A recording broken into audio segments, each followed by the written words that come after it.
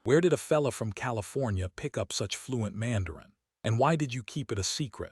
Especially for a man on the Intelligence Committee, wouldn't that be a skill you'd want to advertise? The press gallery erupted. This was the moment, the clip that would be played on a loop for days. Schiff, the accuser, caught in a lie so profound, so revealing that it needed no explanation.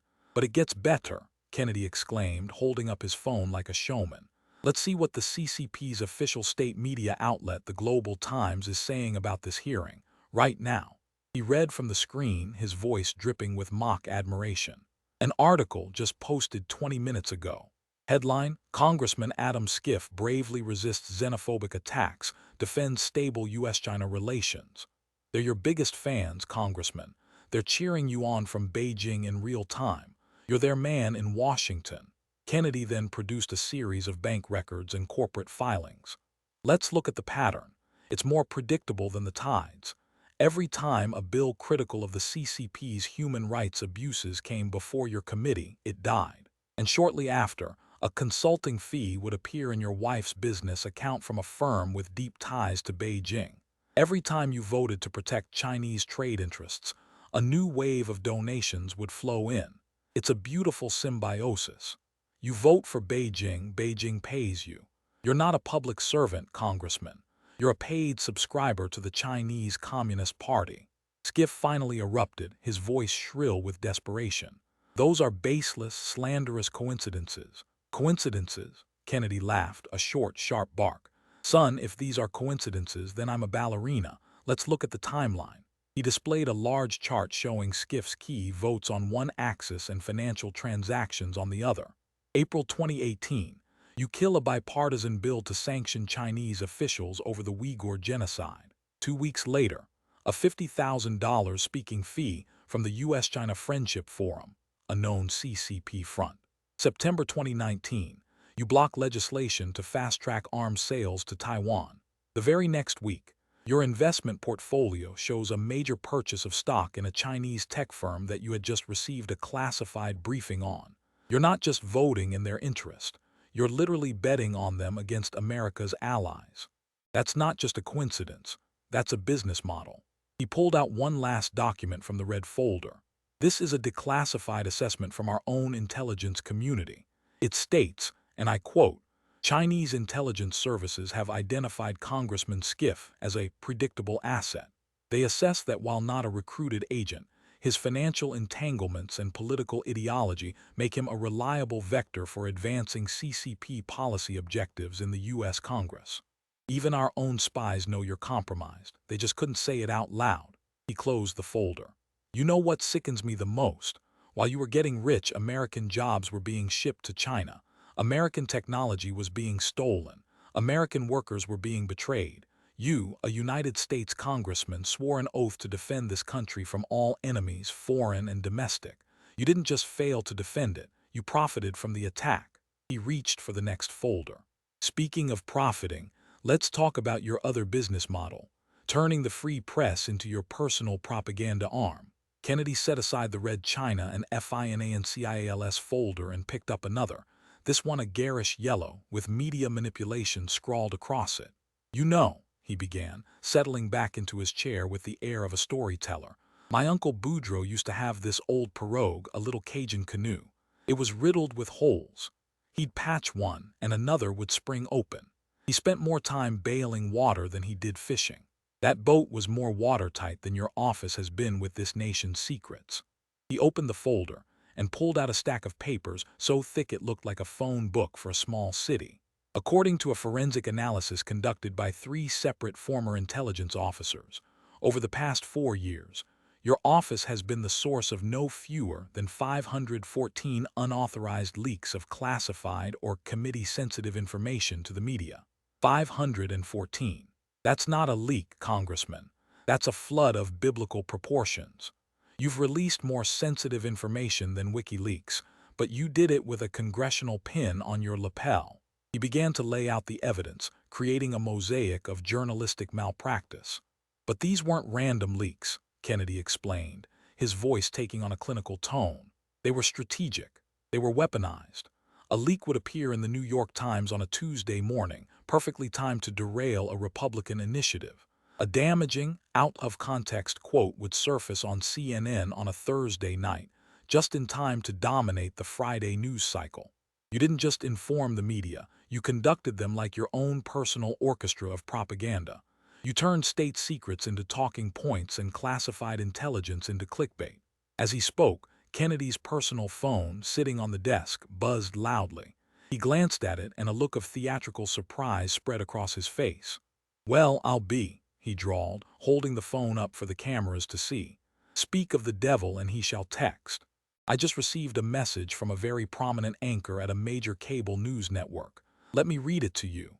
The room fell silent. Schiff looked as if he'd seen a ghost. Kennedy read from the screen, "Adam, hearing is a disaster. What's our counter-narrative? Need talking points for the 5 p.m. show. Urgent." The hearing room erupted into chaos. It was a direct, real-time confirmation of everything Kennedy had just alleged. Schiff, his face a mask of pure panic, instinctively reached for his own phone, his thumbs flying across the screen, no doubt trying to warn his media allies. "Oh, don't bother, Congressman," Kennedy said with a chuckle, placing his phone back down. "That message wasn't actually from your friend at the network. It was from my tech-savvy young staffer using a spoofed number. But your reaction, your immediate instinct to coordinate a response, just told the American people everything they need to know. Thank you for that live demonstration of your guilt." Schiff froze, his hands hovering over his phone, the realization dawning on him that he had been played, masterfully and publicly. He had walked into another perfectly constructed trap. The humiliation was palpable. "But we don't need to rely on theatrics," Kennedy continued, turning back to the folder. "We have the real thing." He produced a set of screenshots. "This is from a hot mic incident during a commercial break on MSNBC. We can't hear the video, but we have the audio." He pressed a button on his recorder. Schiff's voice, tinny and conspiratorial, filled the room. "No, no, tell Rachel not to focus on the process. Tell her to hit the threat to democracy angle. That's what resonates. I'll text her the exact phrasing." Kennedy stopped the recording. "You're not just a source, Congressman. You're the assignment editor.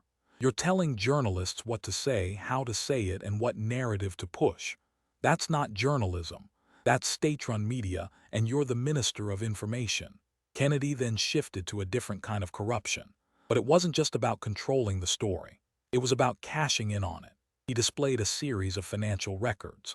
"Over the past 5 years, you've received $1.4 million in speaking fees from the parent companies of the very news organizations you were leaking to. You were given a lucrative contributor contract, despite your position on a sensitive committee, worth another $900,000. And you received a staggering $4 million advance for your book, Midnight in Washington, published by a subsidiary of the same media conglomerate that employed the anchors you were feeding talking points to. You didn't just corrupt the news, Congressman. You monetized it. You created a circular economy of lies. You leak a story, they report it, their ratings go up, and they pay you for the privilege. It's a brilliant business model, but it has nothing to do with public service." The evidence of direct fabrication was even more damning. Kennedy displayed side-by-side comparisons of internal government documents and the versions that Schiff's office had leaked to the press. Here, an original memo says a potential risk was identified. Your version, leaked to the press, says a grave and imminent threat. Here, an email says the team discussed options. Your version says the team conspired on a cover-up. You don't just spin, Congressman. You invent. You are a fiction writer masquerading as a statesman. He looked up, his gaze sweeping across the press gallery. "And to my friends in the media," he said, his voice firm but not unkind, "you have a solemn duty protected by our First Amendment. That duty is to the truth, not to power. For years, many of you have been willing accomplices in this man's war on truth. You've been played. He used your credibility as a weapon against the American people. It's time to remember that your loyalty belongs to your viewers and your readers, not to the chairman who feeds you scoops." He turned back to Schiff. But here is the most sinister part. He produced a final chart from the folder, cross-referencing the timing of his leaks with stock market data. On 12 separate occasions, you leaked non-public, market-sensitive information regarding regulatory actions or international trade deals. And within minutes, every single time massive trades were placed by hedge funds and individuals connected to, guess who? Your major donors, your Chinese-connected financiers. You weren't just leaking for political gain. You were engaging in what looks suspiciously like insider trading, using state secrets to enrich your friends. That is a felony. He closed the yellow folder with a thud. Thomas Jefferson said he would prefer newspapers without a government to a government without newspapers. But he never imagined a government official who would so thoroughly corrupt those newspapers that they became an arm of the government itself. You have violated the spirit of the First Amendment, and in the process, you have shattered the trust between the American people and the institutions meant to inform them. He reached for the next folder. And speaking of shattering trust, let's discuss your magnum opus of democratic destruction, the first impeachment of Donald Trump. Kennedy picked up the next folder, this one a deep funereal purple labeled impeachment coup. He held it up for the room to see, shaking his head with an air of theatrical gravity. If your career were a Shakespearean tragedy, Congressman, he began, his voice dropping to a somber register, your Russia narrative was Act 1, the setup. The whistleblower affair was Act 2, the rising action. But the first impeachment, that was your climax, your magnum opus. The moment you decided to cast aside all pretense of fairness and due process, and attempt to remove a sitting president with a show trial that would have made Lavrentiy Beria blush. He opened the folder and pulled out a large, detailed architectural diagram of the U.S. Capitol's basement levels. This, he said, pointing to a specific, windowless room, is the SCIF, the Sensitive Compartmented Information Facility. It is designed to protect this nation's most vital secrets from our enemies. You, sir, turned it into a dungeon. You repurposed a shield meant to guard America into a sword to stab at its heart. Using a long, wooden pointer, he began to indicate specific areas on the diagram. In this room, you held your secret hearings. Behind these locked doors, you deposed witnesses without the president's counsel present, a right afforded to every American citizen. You denied Republicans on your own committee equal subpoena power, a precedent that had stood for over 200 years. You coached witnesses, you selectively leaked cherry-picked testimony to your allies in the media, and you created a closed loop of propaganda, where the accusations you manufactured in secret in the afternoon would be reported as fact on cable news that evening. This wasn't an investigation, it was an interrogation chamber. You became the Grand Inquisitor of your own partisan crusade. A Republican congressman from Florida, known for his fiery demeanor, stood up and pointed at Schiff. He's telling the truth. I was on that committee. They locked us out. They refused to share transcripts. They treated us like the enemy. The chairman banged his gavel, but the outburst had punctuated Kennedy's point perfectly. Order, order. But let's not just talk about the process. Let's talk about the witnesses, Kennedy continued, his voice cutting through the noise. He picked up a tablet computer from his desk. You presented a series of witnesses who, under your careful guidance, painted a sinister picture. But what about the witnesses you didn't want America to hear from? I have here a video statement, submitted to my office just last night, from a career State Department official who was present for many of these events. He has given his permission for this to be shown. He pressed a button. The screen showed a man in his late 50s, with the weary but resolute face of a career civil servant. My name is David Hale, the man began, his voice steady. I served as Undersecretary of State for Political Affairs. I was scheduled to testify before Chairman Schiff's committee. In a pre-interview with his staff, I stated clearly that I had seen no evidence of any crime, no quid pro quo, and that the president's actions were, in my view, within the bounds of his constitutional authority. The next day, my testimony was abruptly canceled. I was told I would not be needed. They didn't want my testimony. They wanted a conviction. The video ended. The implication was stunning. Schiff's committee had actively suppressed a key witness because his testimony was exculpatory.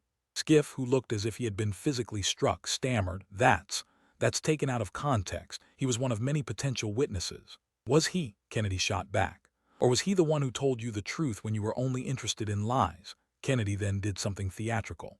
He pulled a small, worn, pocket-sized copy of the U.S. Constitution from his breast pocket and held it aloft. Let's have a little civics lesson, Congressman. Article 2, Section 4. It's very short. It lists the grounds for impeachment: treason, bribery, or other high crimes and misdemeanors. Now you're a Harvard-trained lawyer. Show me the treason, show me the bribery. You couldn't. So you invented a new standard, a vague, nebulous concept of abuse of power that could mean whatever you wanted it to mean. You twisted the Constitution into a pretzel to justify a purely political act. He began to tick off points on his fingers. Precedent requires the accused to be able to confront his accuser. You denied that. Precedent requires the minority party to have a say in the process. You denied that. Precedent requires a presumption of innocence. You declared the president guilty from day one. You didn't just bend the rules, Congressman. You shattered them. You took every norm, every tradition, every safeguard of fairness that has defined our republic, and you lit them on fire to fuel your partisan rage. He produced two charts, showing the procedural rules for the Nixon and Clinton impeachment side by side with the rules Schiff had created for the Trump impeachment. The differences were glaring.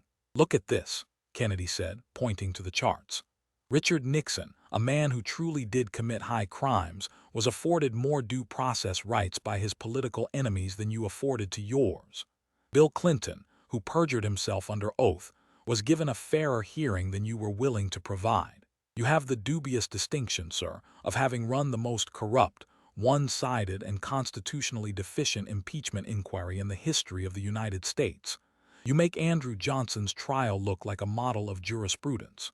He turned his gaze back to Schiff, his eyes filled with a mixture of anger and contempt. "You know what the greatest sin of this whole charade was? You cried wolf. You took the most solemn and grave power granted to the Congress, the power to overturn the will of the people, and you turned it into a cheap political stunt. You desensitized the nation to the very idea of impeachment. Should a future president truly commit treason, who will believe the accusation now that you have weaponized it for partisan gain? You didn't just attack a president. You attacked the Constitution itself." He closed the purple folder with a sense of profound finality. "My father used to say, son, never use a sledgehammer to kill a fly. You'll miss the fly and break the table. You, sir, used a constitutional sledgehammer to go after a political opponent. You missed, but you may have broken the very table of our democracy in the process." He stood up, a rare move that commanded the room's full attention. "I want to speak directly to the American people for a moment." He looked straight into the main camera. "What you saw 2 years ago was not a constitutional process. It was a political coup orchestrated by this man dressed up in the robes of law. It was a betrayal of everything the founders feared, and it must never be allowed to happen again." He sat down, his eyes locking back onto Schiff. "But the good news is, the truth, like a body in a shallow grave, always finds its way to the surface. And today, Congressman, we are all here to witness the exhumation." He reached for the final, ominous folder. "One last chapter, Congressman, the one where we follow the money right back to your own pocket." The hearing room had grown still, the air heavy with the weight of hours of revelations. The initial spectacle had given way to a grim, methodical dissection, and the audience, both in the room and watching at home, was held captive. Adam Schiff was no longer a powerful chairman. He was a specimen under a microscope, his political lifeblood draining away with each new folder. Kennedy picked up the final folder. It was plain manila, unadorned, bearing a single stark word, PROFITS. "We've covered a lot of ground today, Congressman," Kennedy said, his voice now quiet, almost weary. "We've talked about your lies, your conspiracies, your coordination, your corruption. It's a sordid tale. But there's always one question that hangs over a story like this. Why? Was it just ideology? Was it just a hatred for your political opponent? Or was it something more tangible?" He opened the folder and produced a single sheet of paper. "This is your congressional personal financial disclosure from 2015. It lists your net worth at a respectable, if not extravagant, $600,000. A successful public servant." He then produced a second sheet of paper. "And this is your most recent disclosure filed last year. It lists your net worth at approximately $5.4 million. That's a 900% increase in just a few years, all while earning a government salary. Now you're a smart man, a Harvard man. You must be the single greatest stock market investor since Warren Buffett. Or..." Kennedy paused, letting the implication sink in. He then laid out a timeline, a simple but devastating chart. It correlated the major scandals and political battles of the past years, The Russia investigation, the media leaks, the impeachment with spikes in Schiff's personal wealth. It's all here, Kennedy said, his voice a low murmur of disgust. Every lie you told, every secret you leaked, every crisis you manufactured, it all made you richer. The Russia hoax led to a multi-million-dollar book deal. The impeachment circus led to a flood of speaking fees from activist groups. Your China connections coincided with consulting payments to your family and suspiciously successful stock trades. You didn't just find a political cause, Congressman. You found a business model. You are a pioneer in the field of corruption capitalism. You learned how to monetize deceit. At that moment, something happened that no one could have predicted. Schiff's lead counsel, the last of his original legal team, a man known for his unflappable demeanor, abruptly stood up. His face was pale. "Mr. Chairman," he announced, his voice tight and formal, "pursuant to my ethical obligations under the Bar Association, I must hereby withdraw as counsel for Congressman Schiff in this matter. I can no longer continue this representation." Without another word, he gathered his briefcase and walked briskly out of the hearing room, leaving Adam Schiff utterly and completely alone at the table. The visual was devastating. A captain, abandoned by his last officer on the bridge of a sinking ship. On live television, his own lawyer had just declared him indefensible. "Well," Kennedy drawled into the stunned silence. "When the lawyers start running for the exits, you know the building is well and truly on fire." Schiff, his composure finally shattering into a million pieces, slammed his hand on the table. "This is a lie, a setup," he yelled, his voice cracking with a mixture of rage and terror. "This is a partisan witch hunt. This is all for him, for Trump." "No, Congressman," Kennedy replied, his voice calm and steady, cutting through Schiff's tirade. "This is a reckoning. It's the bill for all your lies, and it has finally come due. My granddaddy, a farmer, had a simple philosophy. The harvest is always coming. And today, Congressman, you are reaping what you have sown." As if on cue, another blow landed. A senior Democratic congresswoman from a neighboring district in California, a longtime colleague of Schiff's, stood up. Her hands were trembling. "Mr. Chairman," she said, her voice shaking with emotion, I cannot remain silent. For years, many of us in the California delegation have had concerns. We've looked the other way. We've valued party unity over principle. But what I have heard today, the evidence is overwhelming. This is not about party. This is about the integrity of our institutions. I can no longer in good conscience defend this. I am sorry." The defection of a key ally, a member of his own party and state delegation, seemed to suck the very air from Schiff's lungs. He slumped in his chair, a broken man. "But we are not quite finished," Kennedy said, his voice retaining its prosecutorial edge. He pulled one final set of documents from the folder. "These are the criminal referrals that my office will be delivering to the Department of Justice and the District of Columbia Bar this afternoon. I feel it is only proper to read the charges into the record." He put on his reading glasses with deliberate slowness. "Count 1, perjury. 2 instances of demonstrably false statements made under oath before Congress. Count 2, obstruction of Congress. 16 instances of concealing exculpatory evidence and witness tampering. Count 3, unlawful disclosure of classified information. Based on the 514 documented leaks, we have isolated 47 specific instances that rise to the level of a federal crime. Count 4, wire fraud related to the financial schemes with Chinese-affiliated entities. Count 5, conspiracy to defraud the United States for the coordinated effort to fabricate the whistleblower complaint. Count 6, violations of the Foreign Agents Registration Act." The list continued, a drumbeat of federal crimes, each one backed by the evidence Kennedy had presented. "That is a preliminary total of 112 federal charges, Congressman. In Louisiana, we'd say you're in a world of hurt. You're so far up the creek, you can't even hear the paddle." Kennedy stood up, gathering his folders into a neat stack. "You had it all. A brilliant mind, a prestigious education, a seat in the halls of power. You could have been a great man. You could have been a statesman. Instead, you chose to be a liar.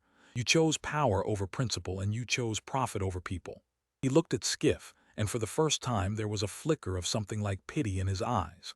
"My mama always taught me to say something kind, even in the worst of times. So here it is. You will serve as a lesson. Your career will be studied for generations in law schools and ethics classes as a perfect blueprint for how to betray the public trust. You will be remembered, Congressman, just not in the way you always dreamed. Kennedy delivered his final words to Schiff with the quiet solemnity of a judge passing sentence. Bless your heart, Congressman Schiff. The Southern phrase, so often misinterpreted as simple politeness, landed in the silent room with the force of a physical blow, a final, devastating summary of pity and contempt. And when you find yourself in a federal penitentiary, which you will, perhaps they'll have a copy of that Harvard thesis you wrote, the one about prosecutorial ethics. You'll have plenty of time for some remedial reading. The hearing room was a tableau of shock. Schiff sat motionless, his face a gray, empty mask, his career and life in ruins around him. His allies were gone, his crimes exposed, his reputation incinerated. The chairman, his face grim, moved to formally adjourn, but Kennedy wasn't quite done. He stood and addressed the chair. Mr. Chairman, I move that this committee formally recommend to the House the immediate censure of Congressman Adam Schiff, the immediate revocation of all his security clearances, and that we transmit our entire evidentiary record to the Department of Justice for a full criminal investigation. The chairman called the question. All in favor, every Republican hand shot into the air.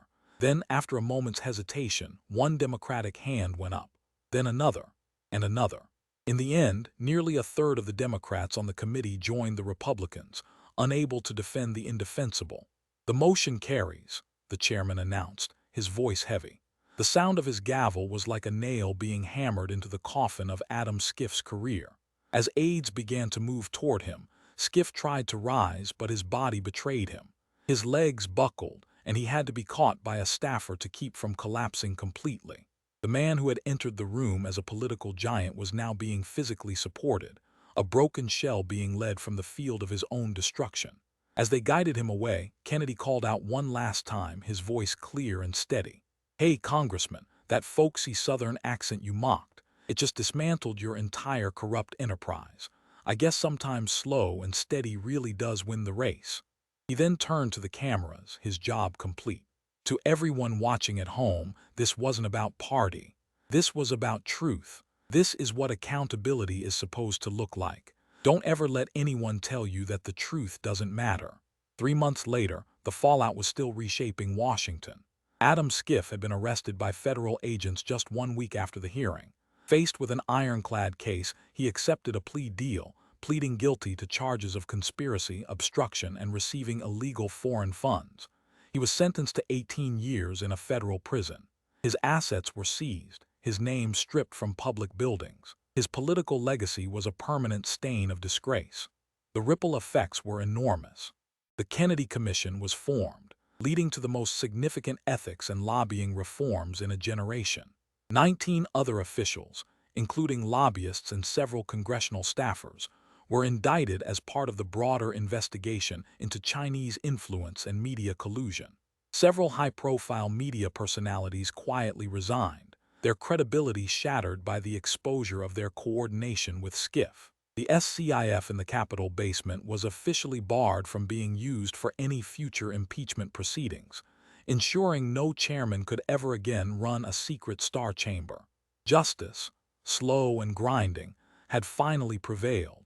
Senator John Kennedy returned to Louisiana, not to a victory parade, but to a town hall in a high school gymnasium. He deflected the thunderous applause with his characteristic humility. "Folks, I appreciate the kind words," he said, leaning into the microphone.